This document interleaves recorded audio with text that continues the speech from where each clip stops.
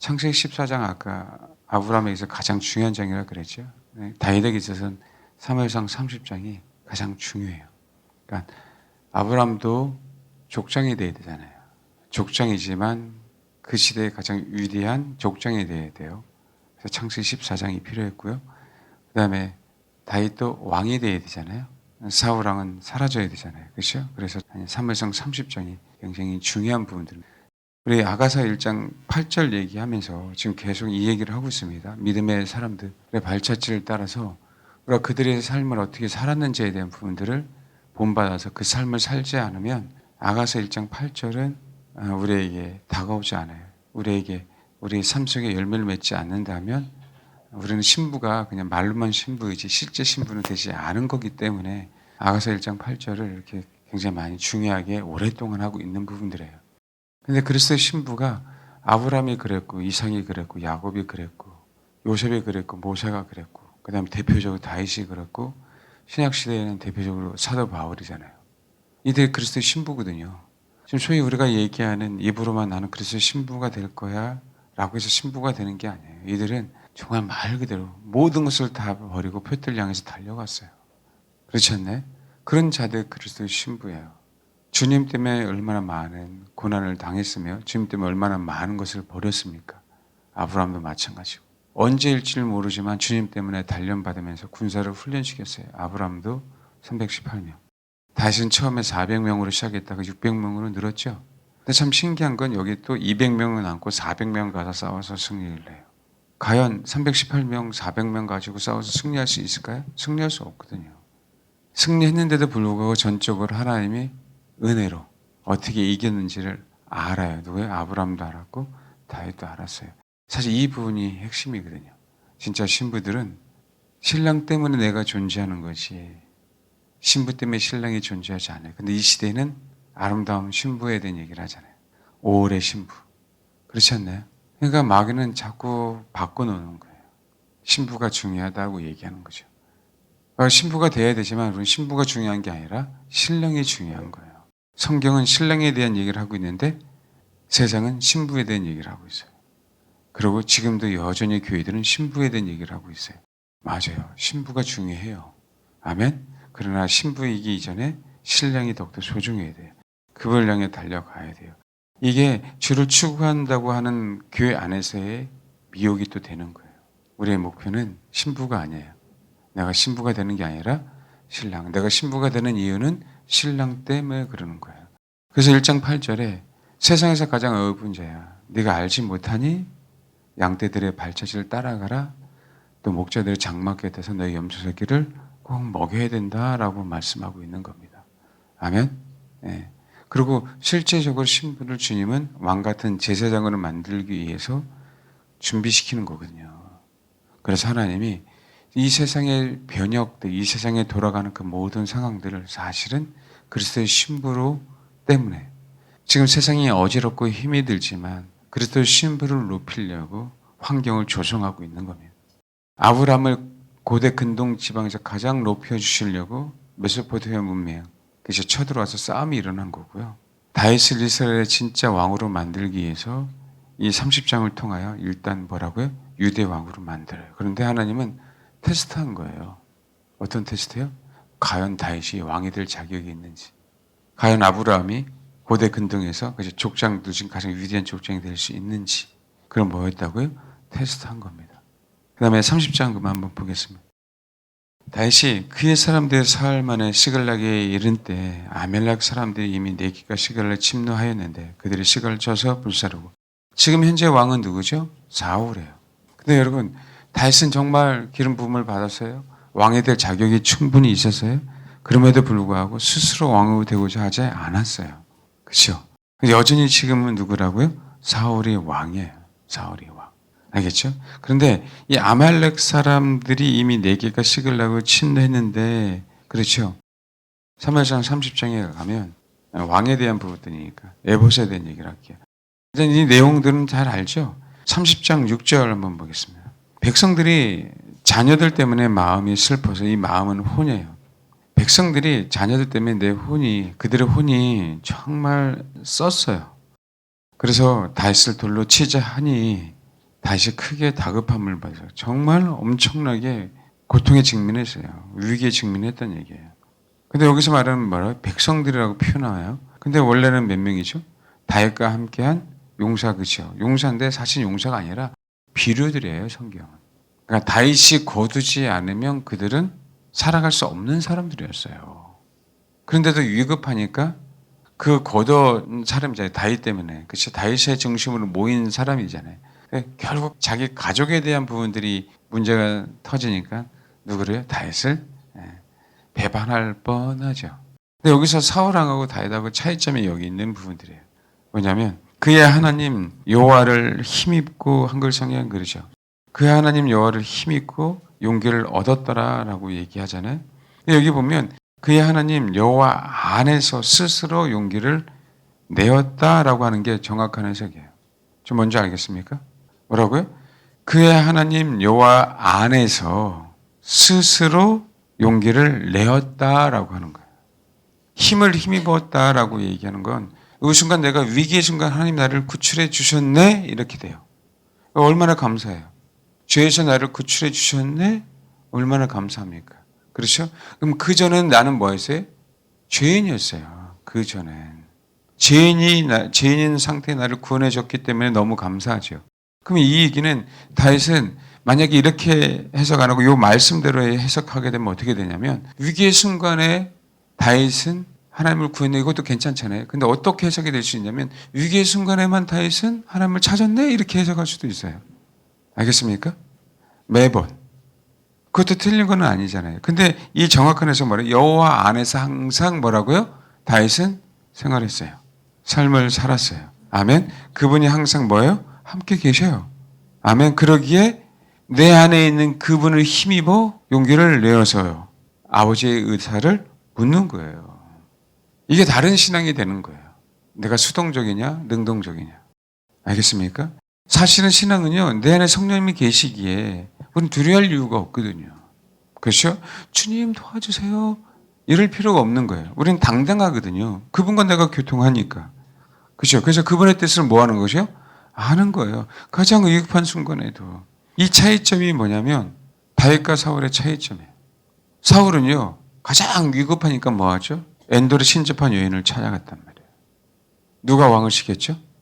여호와 하나님의 왕을 시켰잖아요. 그렇죠? 근데 뭐였어요?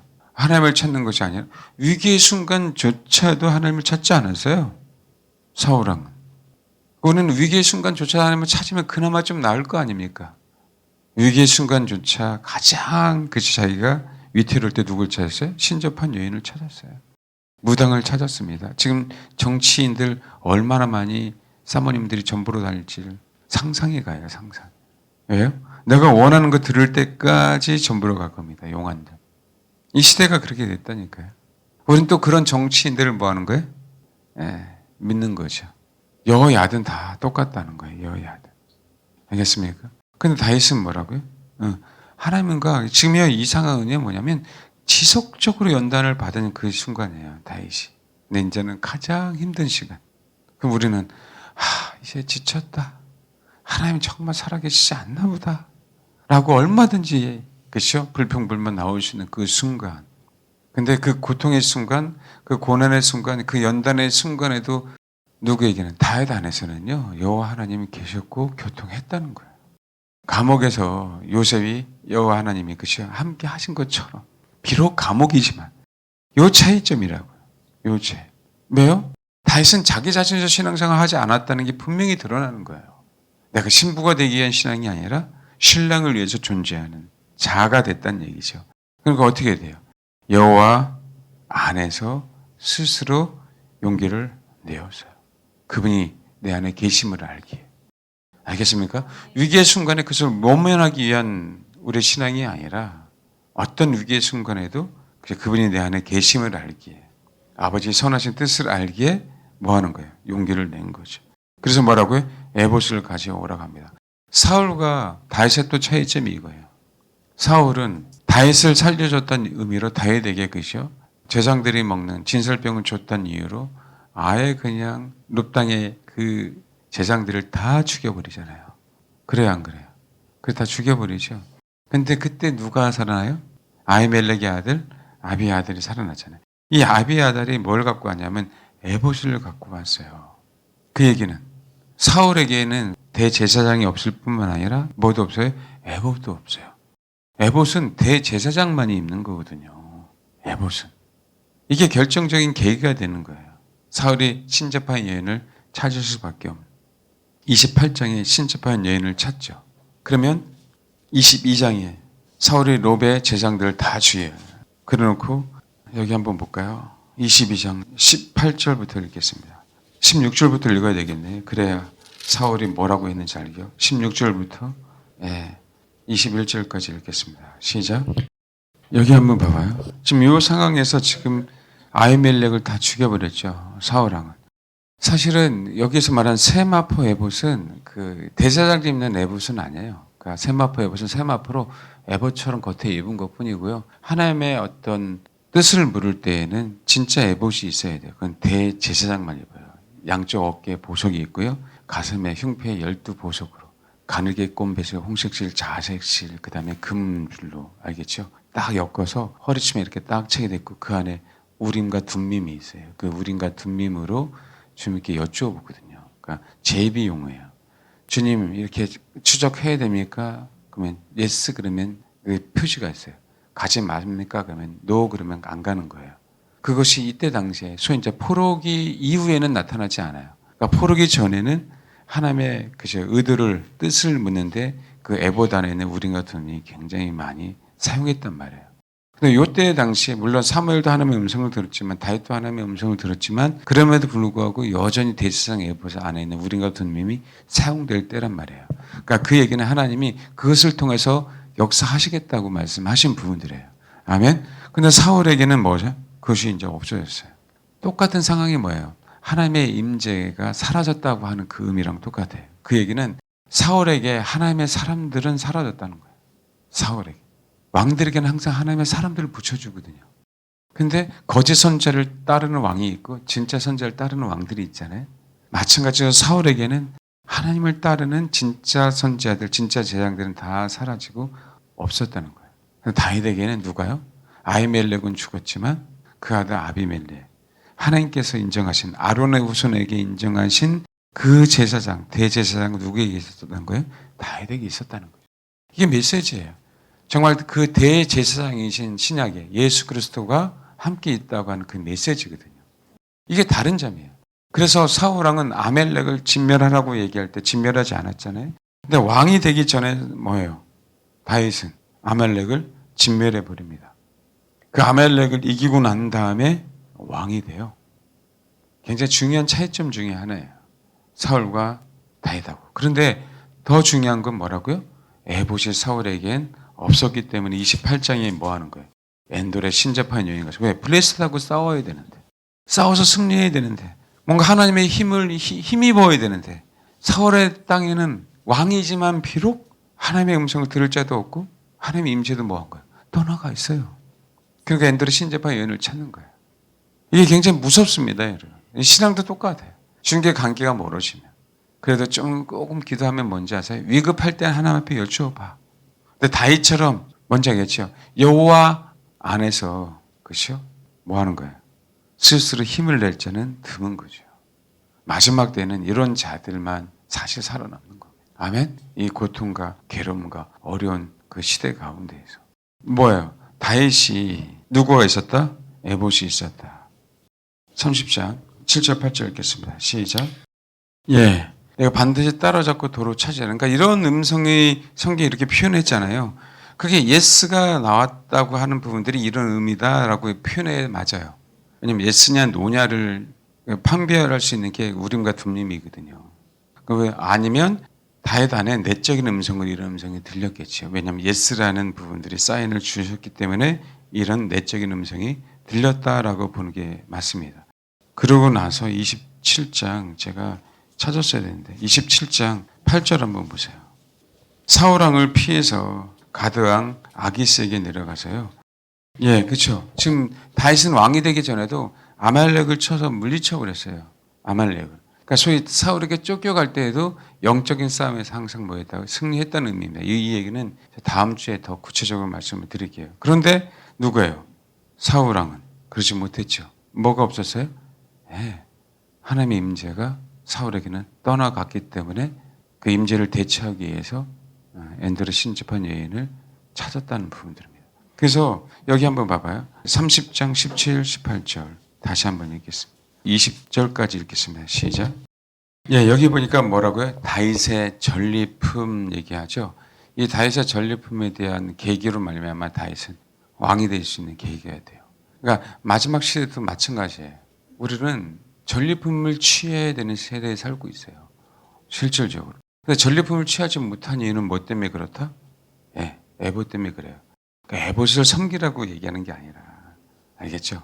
에봇을 섬기라고 얘기하는 부분이 아니라 내 안에 에봇이 없는 거죠. 내 안에 하나님의 음성이 없는 거예요. 그러니까 내 안에 하나님의 음성을 들려가는 마음도 없는 거예요. 알겠습니까? 그러면 에봇에 대한 얘기를 다시 한번 출애굽기에 보세요. 출애굽기 28장. 출애굽기 28장. 제사장 5세대에서 만드는 거에 대한 얘기가 나오고요. 15절에 판결 흉피에 대한 얘기가 나오고 여기 봐요. 30절 봐봐요. 너는 우림과 두면의 판결 흉피 그러니까 따로 있다는 거예요. 제사장 5 말고 따로. 이게 판결이라고 얘기하는 건 공의를 행한다는 의미하고 똑같아요. 재판하는데 그 재판할 때 심판할 때에는 기준이 공의라고 얘기하는 거예요. 알겠죠? 그러니까 우리 안에 이 판결을 풀면 주님은 공의를 행하시는 분. 그래서 공의를 행하시는 분이기에 공의로 예스냐 노를 대답하시는 분이라는 거예요. 근데 우리가 다른 의도를 가지고 여쭤보니까 그렇죠? 우리는 예스를 듣고 싶은데 노가 들리면 싫은 거죠. 근데 하나님은 그게 아니에요. 내가 원하느냐 원하지 않느냐가 아니라 하나님의 공의는 내 안에서 역사하기도 원하시고 세상에서도 역사하기를 원하시기 때문에 항상 하나님은 공의로 우리에게 말씀하시는 거예요. 근데 우리는 싫은 거지, 개인은. 누구는 예스인데 왜 나는 노입니까? 라고 얘기하는 거예요. 근데 모르는 거예요. 우리 안에 공의가 없기 때문에 주님은 노라고 얘기하는 거예요. 노. 내 안에 공의를, 내 안에 나의 의를 채워가라. 그럼 뭐가 된다? 예스가 된다. 이게 판결 흉피예요. 알겠죠? 그러면서 판결 흉피 안에 뭐라고요? 우림과 둠밈. 우림은 한번 보세요. 관주 성경은 빛이라고 나오죠. 정확한 뜻은 빛인데 이게 불꽃이 올라가는 느낌이에요. 불꽃이라는 의미고요. 그 다음에 둠밈 얘기하잖아요. 둠밈은 완전하다고 관주에 나와 있죠. 예. 이 완전하다는 의미는 무결하다는 거예요. 그 다음에 또 성실하다는 의미예요. 그 얘기는 하나님이 주님은 빛으로 오셨죠. 그저 그분을 판결하실 때에는 예. 무결하고 그 다음에 성실히 판결하신다는 의미로 그 안에 넣는 겁니다. 그러면서 봐봐요. 너는 우림과 둠밈을 판결 흉편하에 넣어 아론이 여호와 앞에 들어갈 때 강조해요. 그의 가슴에 붙이란 얘기는 붙인다는 의미는 꼭 가지고 가야 된다는 거예요. 그러니까 붙여야만 항상 가지고 다니죠. 핵심은 뭐냐면 두 개예요, 여러분. 너는 우림과 둠밈을 판결 흉편 안에 넣어 아론이 여호와 앞에 들어갈 때 자, 판결 흉패가 나중에 성막 얘기할 때 알겠지만 이 에봇의 두 견장 사이에 보석이 두 개가 있어요. 여기는 에발산과 그리스삼처럼이요. 6지파 보석이. 그러니까 6지파, 각 6지파를 상징해요. 여러분 그 진설병상 안에서도 떡이 6개 놓여 있잖아요. 그래서 각 12지파를 상징하는 거예요. 알겠죠? 꼭 에발산과 그리스삼 나누는 것처럼 말 그대로 축복의 산과 저주의 산은 확연하게 구분이 되어 있어요. 지금 사우디아라비아 시내산에 확실하게 성령께서 임재하셔서 강림하셔서 그 꼭대기가 새카맣게 불타 있는 것처럼 역사적 현장은 똑같거든요. 알겠죠? 근데 이 가슴에 보석이 있어요. 각 지파마다 보석이 있어요. 3개씩 4줄로 12지파를 상징해요. 그러니까 하나님은 공의로 판단하신다는 거예요. 어느 누구도 요셉 지파라서 마음에 드는 게 아니라는 거예요. 요셉 지파라서 죄를 지면 이스라엘 백성들 선민인데 죄를 지니까 주님이 그냥 아예 멸망시켜버리잖아요. 알겠죠? 그러면서 뭐라고요? 아론이 여호와 앞에 들어갈 때 아론은 여호와 앞에서 이런 얘기가 나와요. 앞이 뭐예요? 하나님의 얼굴 앞이거든요. 너는 우림과 둠밈의 판결 흉피 안에 넣어 아론 너 자신이 여호와 앞에 들어갈 때에는 그의 가슴에 꼭 가지고 가야 돼. 그러면 이 얘기는요. 대제사장들이 아무 때나 있는 게 아니라 여호와 앞에. 어느 때요? 성소하고 성소를 통해서 어디 들어갈 때? 지성소에 들어갈 때 이거는 뭐라고요? 꼭 잊고 가야 돼요. 그 얘기는 하나님 12지파를 보십시오라고 똑같아요. 알겠습니까? 그 또 하나는 하나님 대제사장은 여호와 예수 그리스도 상징하잖아요. 제사장 안에 누가 있다? 12지파가 있다라는 걸 상징한단 말이에요. 그러니까 상징하는 의미가 왜 이렇게 만들었는지 또 한 가지 보석처럼 우리를 그렇게 귀하게 여겼다. 그럼에도 불구하고 불순종하면 공의로 행하시는 분. 알겠습니까? 의미가 굉장히 많아요. 중요한 거는 뭐냐면 요 흉패가 이 보석들이 어디 앞에서만 효력을 발휘한다? 여호와 앞에서만. 여호와 앞에서. 앞이란 얘기는 판임이에요. 얼굴. 하나님의 얼굴 앞에서만. 진설병은 하나님의 얼굴 앞에 있는 떡을 얘기하는 거예요. 꼭 하나님 앞에서만 소위 얘기하는 역사하시는 거예요. 이해하십니까? 아멘? 그러면 에봇을 잃어버렸다는 얘기는 하나님 앞이 아닌 사단 앞에 서 있다는 거예요. 사단 앞에. 다윗은 여호와를 힘입어. 그죠? 그분 안에서 스스로 힘을 내어 용기를 낸 거죠. 항상 다윗은 어디 있었다는 거예요? 여호와 앞에 있었다는 거예요. 그러니까 그 여호와 앞에 있었기 때문에 에봇이 우리가 둔님이 그죠? 판결 흉패가 뭐예요? 효력을 소위 발휘한 거죠. 뭐 하도록? 공의롭게.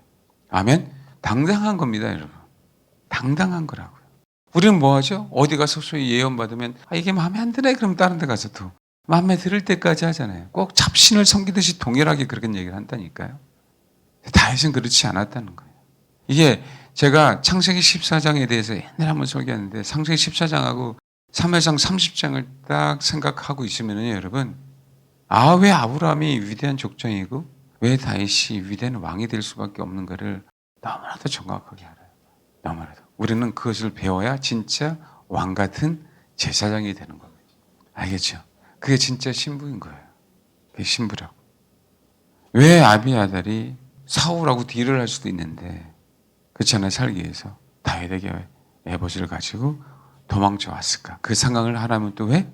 허락하시죠. 여러분 에봇을 훔친다는 게 도액이 그걸 몰랐을까요? 그렇잖아요. 그거를 먼저 그렇죠? 차지하려고 했었겠죠. 그런데 뭐야? 그 에봇은 사울에게서 떠나서 누구에게 있어야 되는 거예요? 다윗에게 있어야 돼요. 그 안에 누가 있기 때문에? 하나님의 얼굴이 있기 때문에. 누가 안 해요? 다윗 안 해. 우리 안에 하나님의 얼굴. 누가 계셔요 지금? 성령님이 계시기에. 성령님이 계신데 하나님 우리를 공의로 판단하실 수밖에 없는 거예요. 그게 다윗의 위대한 자매입니다. 그래야 우리가 세상이 우리를 정죄하잖아요. 사단이 우리를 정죄하고 고소하고 고발하잖아요. 그 상황 속에서 우리는 정죄당하지 않는 겁니다. 왜요? 심판자는 주님이니까 사단이 아니거든요. 근데 우리는 그 사단이 무서워서 그죠? 벌벌벌 떨기 시작하는 거예요. 아무리 고소한다 할지라도 내가 하나님의 얼굴 앞에 있는 경우에는 판단하실 이는 누구라고요? 주님. 아멘? 그래서 여러분, 저와 여러분이 이 다윗, 그렇죠? 목자들, 참 목자인 다윗의 장막 곁에서 저와 여러분의 염소새끼를 먹여야 돼요. 그래서 봐봐요. 다윗의 장막은 영원토록 다윗 안에 있었고 다윗은 그 안에 있었잖아요. 왜요? 고통당하는 기름 부음 받는 그 순간부터 다윗은 뭐였어요? 그치, 여호와 안에 있었고 다윗 안에 주님이 계셨고 그래서 다윗의 장막이 시작이 된 거예요. 그냥 시작이 될 수 있는 부분들이 아니란 그 연결점이 있었기 때문에 그런 왕같은 제사장이 꼭 되시길 바랍니다. 그래서 다윗은 뭐가 된 거죠? 제사장이 된 거예요. 다윗은. 그러고 나서 이제는 뭐예요? 다윗은 진짜 왕이 돼야 되죠. 왕 같은 제사장이 우리는 돼야 되죠. 그게 이제 다음 주에 할 부분들입니다. 그는요, 여러분 창세기 14장에 보면 아브라함도 동일해요. 아브라함도 족장들 중에 최고의 족장이지만 뭐가 된다고요? 제사장이 됩니다. 그 의미는 다음 주에 말씀을 드리겠습니다. 기도하겠습니다. 세상에서 가장 어여쁜 자야. 너 알고 싶니? 양떼의 발자취를 따라가라. 양떼들이 어디 있는지, 참 목자들이 어디서 장막을 치고 나를 신뢰하고 살아가고 있는지 그 모습을 보고 내가 성숙한 신부가 되기를 원한다. 이렇게 말씀하고 계십니다. 다윗을 통하여 다윗 안에 하나님의 임재가 있고 에봇이라는 그 임재로 말미암아 가장 위급한 상황 속에서도 다윗은 여호와 안에서 힘을 내어 아말렉을 쳐 부수게 됩니다. 이 땅에 우리가 살아가는 동안도 그런 쯤에 사람이 되어야 되고 더 실제로 다윗처럼 왕과 제사장이 되는 그런 풍성함을 누리고 다스리는 그런 저와 여러분이 되게 해달라고 이 시간 기도하겠습니다. 기도하겠습니다. 하나님, 아버지의 생명이 우리 안에 있기를 원합니다. 다윗 안에 그리스도의 생명이 있었기에 어떤 환난이든 고난이든 적의 위협이든 상관없이 가장 위급한 순간에도 그 상황 속에서도 여호와 안에서 여호와를 힘입어 스스로 용기를 내었던 그 다윗처럼 하나님 이 시대에도 다윗과 같은 그의 신앙을 본받아 우리도 이 어려운 세상에서 여호와 자신을 힘입어 늘 하나님의 앞에 있음으로 말미암아 하나님의 판결하시고 승리케 하시고 우리를 이끌어준다는 사실들을 알고 이 세상에서 왕과 제사장으로 살아갈 수 있는 귀한 성도들이 될 수 있도록 아버지 축복해 주옵소서. 살아계신 아버지가 내 안에 있습니다. 살아계신 아버지가 우리 안에 있기에 또 그분과 우리 자신들이 동행하기에 내가 주님 안에 주님이 내 안에 있기에 앞으로 어떤 어려운 세상이 힘들어지는 상황이 우리 인생 가운데 우리 환경 가운데 있다 할지라도 두려워하지 않고 주님의 가신 그 길을 표대를 향하여 달려가겠사오니 저와 우리 사랑하는 성도들에게 은혜와 공유를 베풀어 주옵소서. 감사드리며 예수님의 이름으로 기도합니다. 아멘.